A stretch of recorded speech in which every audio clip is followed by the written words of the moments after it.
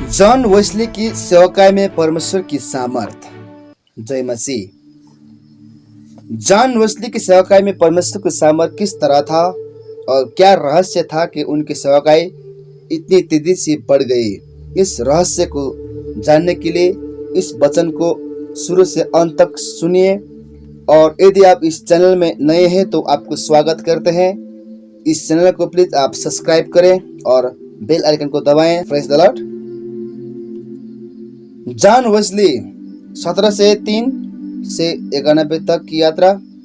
जलते हुए हृदय के साथ एक सुसमाचार प्रचारक है, एक है जिसकी सेवकाई बारंबार पवित्र आत्मा की सामर्थ के द्वारा चिन्हित रही है। उसके मन परिवर्तन की कहानी सुप्रसिद्ध है।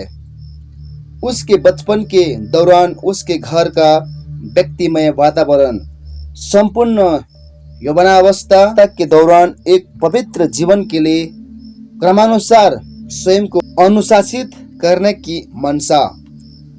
ऑक्सफोर्ड में होली क्लब का उसका उन्नयन, उत्तरी अमेरिका में उसका 2 वर्ष का मिशनरी अनुभव और उसकी गहरी धर्मपरायणता और फिर भी उद्धार की निश्चयता की घटी ये बहुत उल्लेख किए जाते हैं।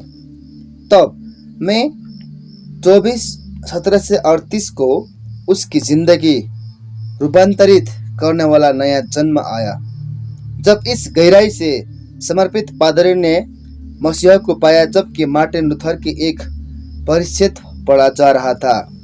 वेस्ली ने सूचित किया कि उसका हृदय आश्चर्यजनक रूप से गर्म था और उस दिन से वह पवित्र आत्मा द्वारा उद्धार की महिमित गवाही के प्रचार करने वाला बन गया था। उस दिन से आगे उसकी अनोखी सेवकाई का रहस्य क्या था?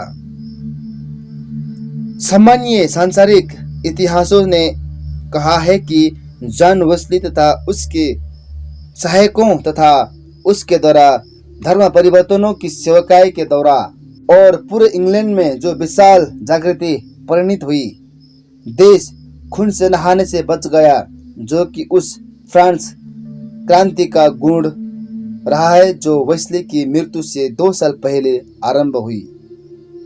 रॉबर्ट साउदे ने आगे कहा कि वेस्ली उसकी सदी का सर्वाधिक प्रभावशाली मस्तिष्क था, जिसका जीवन सभ्यता को शताब्दियों या शायद सहस्त्राब्दियों तक प्रभावित करेगा यदि मानव जाति उस समय तक बनी रहेगी। एक ब्रिटिश कुलीन व्यक्ति ने कार्नवाल इंग्लैंड में एक गांव से गुजरते समय और अल्कोहल युक्त पिए खरीदने की जगह के निरर्थक खोज करने के बाद एक गांव वासी से पूछा, ऐसा क्यों है कि तुम्हारे इस अगापे गांव में मुझे शराब का एक गिलास भी नहीं मिल सकता है?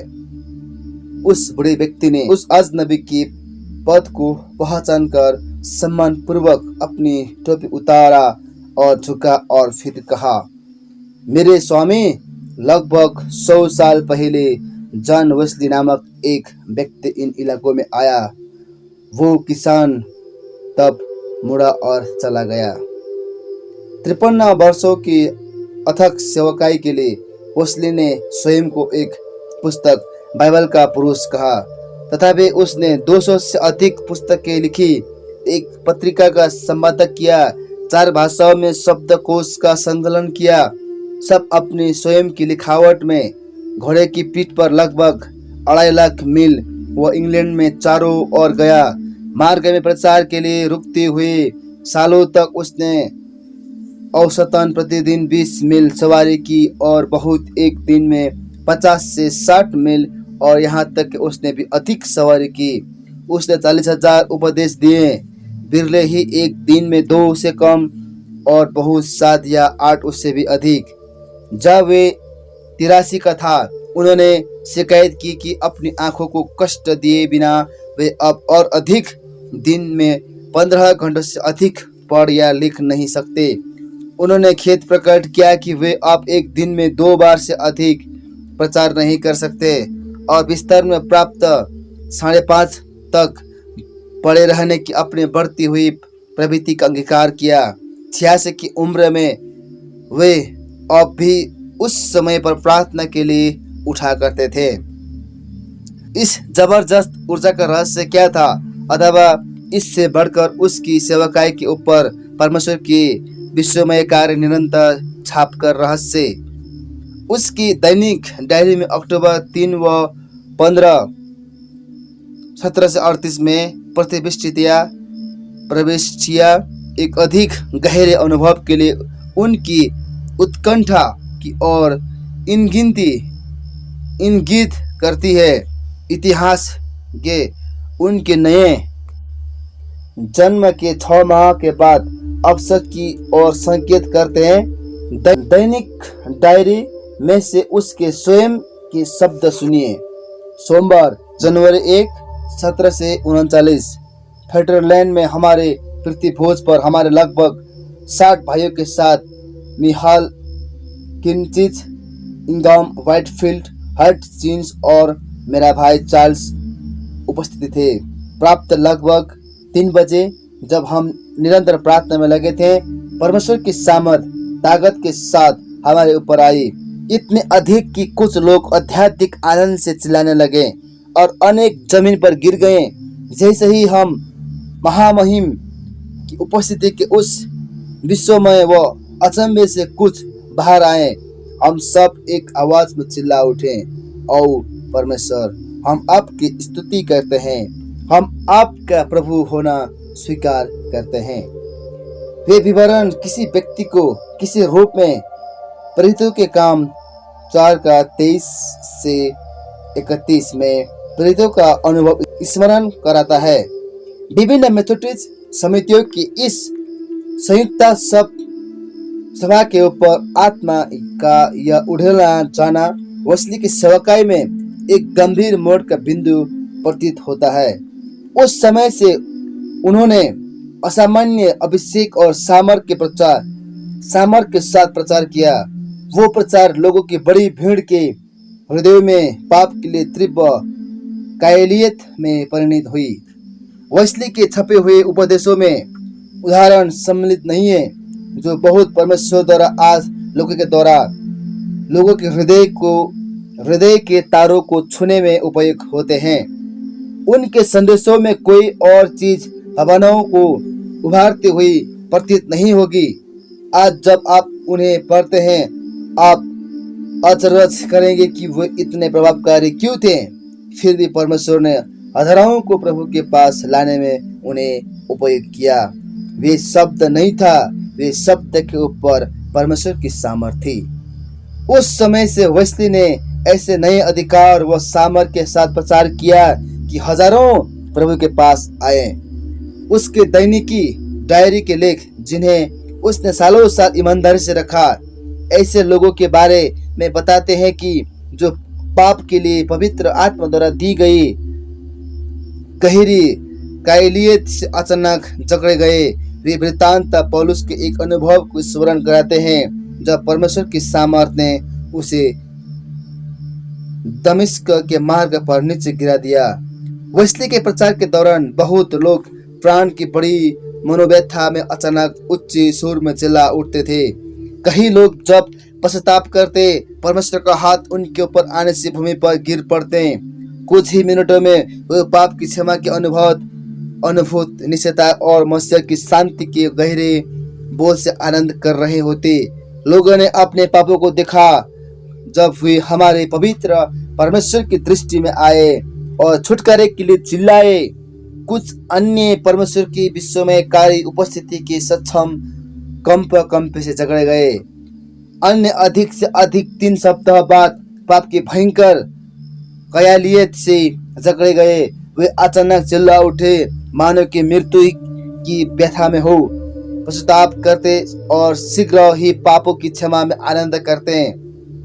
अप्रैल 21 1739 को विवर्स हॉल ब्रिटेन में एक जवान व्यक्ति अचानक ही सारे शरीर में तीव्र कंपाहट से जकड़ा गया और कुछ ही मिनटों में उसके हृदय के दुख बढ़े जाने से भूमि पर गिर पड़ा।